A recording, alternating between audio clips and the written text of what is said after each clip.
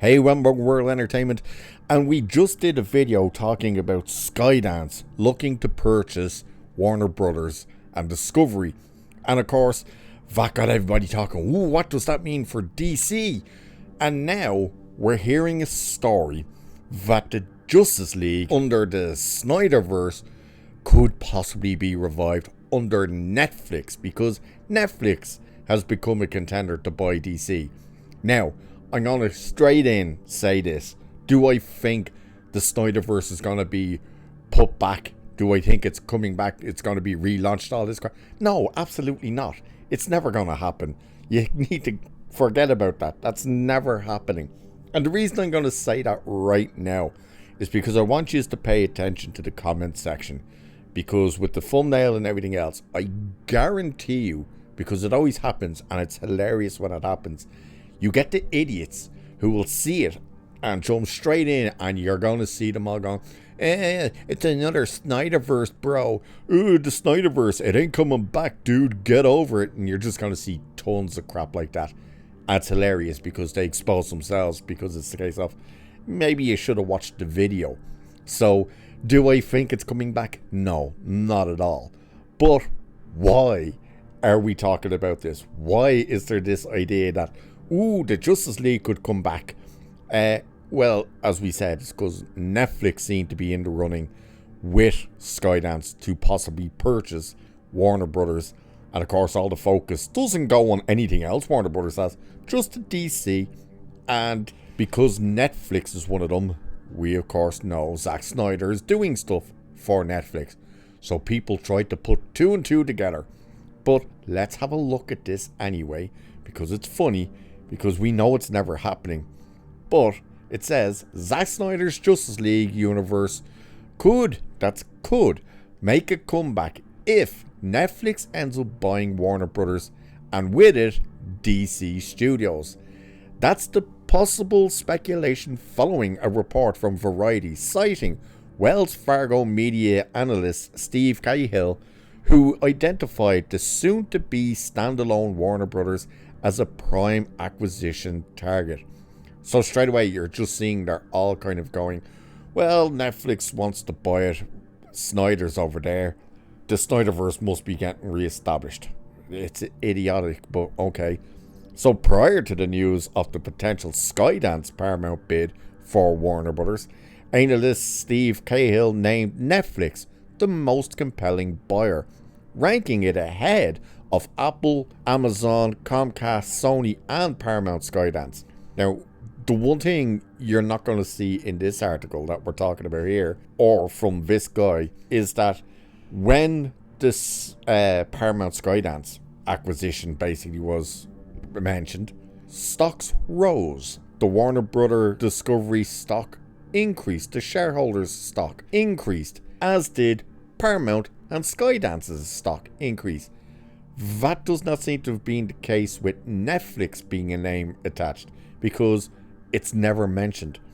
But it says this, indeed, prior to news of Paramount Skydance's preparing a bid for Warner Brothers Discovery, which was first reported by the Wall Street Journal, Wells Fargo media analyst Steve Cahill issued a note that pegged the future standalone Warner Brothers as an attractive M&A candidate, with Netflix the most compelling buyer, and other potential suitors including Amazon, Apple, Comcast, Sony, and Paramount Skydance.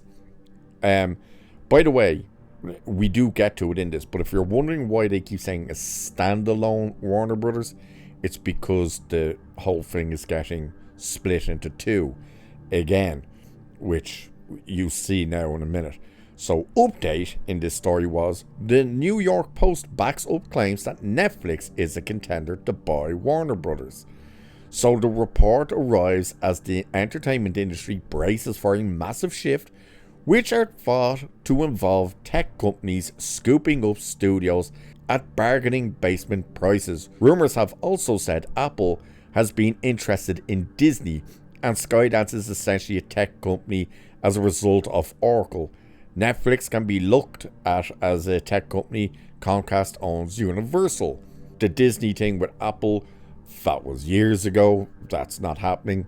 trying to say Skydance is essentially a tech company because of Oracle. They're not attached at all. It's just the father who runs Oracle gave them the money to start Skydance. So Skydance is not a tech company. And no, Netflix is not a tech company at all. Like, that's just ridiculous. But Warner Brothers Discovery is planning to split in 2026 into two separate entities. Now, this is the thing we heard before. And this is to try and move the debt from one side of the company to the other, which is hilarious. But it's saying Warner Brothers, which will hold the studios, HBO, DC, etc., and Discovery Global, which will retain the cable and network assets.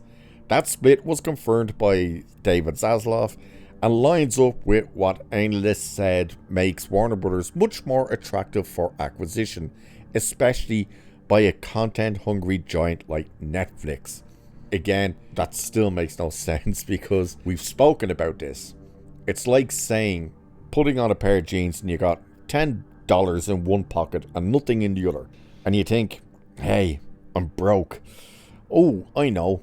And you take that tenner out and you bring it across and you put it in the other pocket. Now you go, now I got money. It's like, no, you're still pretty broke. That $10 is all you have. You just took it out of one pocket and stuck it in the other. That's what Warner Brothers is doing now. It's like, no, you're still in debt. You're just moving it from one side of the company to the other side of the company. But the overall company is still in debt. So that's what they're talking about there.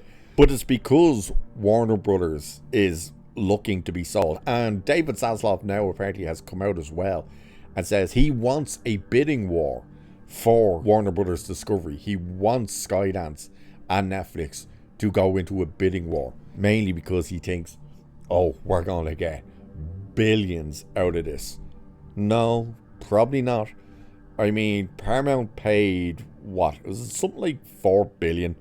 Like, which it only sounds like, ooh, only $4 billion, but $4 billion for Paramount. And you look at the things they get with Paramount, you know, you're getting the Top Gun movies, the Mission Impossible movies, you're getting the Transformers stuff, the Ninja Turtle stuff, the Star Trek stuff. You're getting all of these giant IPs. What do you get with Warner Brothers? Well, you get Harry Potter, obviously, Lord of the Rings, and DC. That's basically it for the big, massive things. And yeah, like this idea that, oh, because they're going to put this thing possibly at Netflix and Zack Snyder is working over at Netflix, they're absolutely going to reinstate the Snyderverse. No, of course they won't. Why would they? Let's put it this way. Rebel Moon, okay? Rebel Moon was a disaster for Netflix. All 4 parts of the thing. Yeah, there was part 1 and part 2, and then part 1 and part 2 extended cuts, and everyone hated them. I couldn't even bring myself to watch the extended cuts. Like, the first normal ones were so god-awful.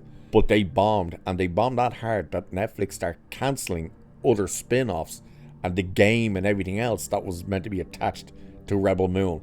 So this idea that they're gonna all of a sudden buy Warner Brothers and turn around and go, hey, Zack Snyder, do you want DC back? Not to mention, what makes you think any of the actors would want to come back? With what they've just gone through with your cast, people wanted to see more of you. They screwed you over.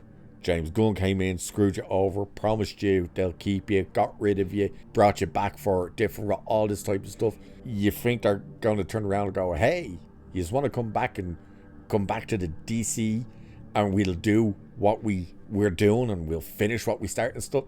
They're going to turn around and go, no, I'm good, thanks. So again, is the Snyderverse coming back? Of course it's not coming back. And plus, James Gunn could have some sort of ironclad contract that even if the company gets bought out, you can't dump him until his contract runs out. I doubt that's the case, but you never know. And like, here's the thing.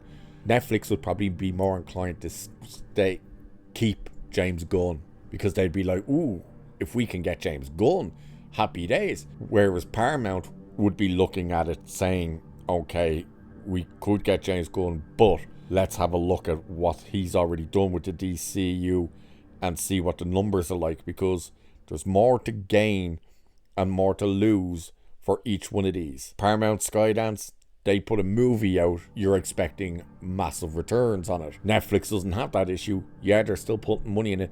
They're trying to get the people to come in and sign up with it. Like, ooh, if we got James Gunn, will that bring audiences? That's what they're looking for.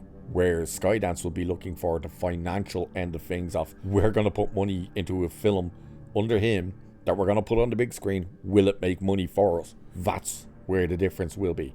But again, this is basically because Netflix has apparently are weighing up the option to try and buy Warner Brothers Discovery, which of course would get them DC. Everyone thinks now, oh, Snyderverse come back. It's not coming back. It's not coming back at all. I'm not a Snyder bro. I'm not a Gunn bro. It's just, you gotta let it go at this stage. And I'm talking about all the superhero stuff. Just put it to bed for the next, 15 years. Let people start missing it and then bring it back. But yeah, it's not happening. But it's funny. And again, keep your eyes on the comment section, because you're going to see the people who will jump in, won't look at the video, but will attack the video saying, oh, this is stupid, it's not coming back, it's never coming back. Guaranteed it will happen. So with that, I shall leave it there for this one. So do like, share, subscribe, all that good stuff. It helps the channel and it's appreciated. Cheers, and I'll catch you in the next one.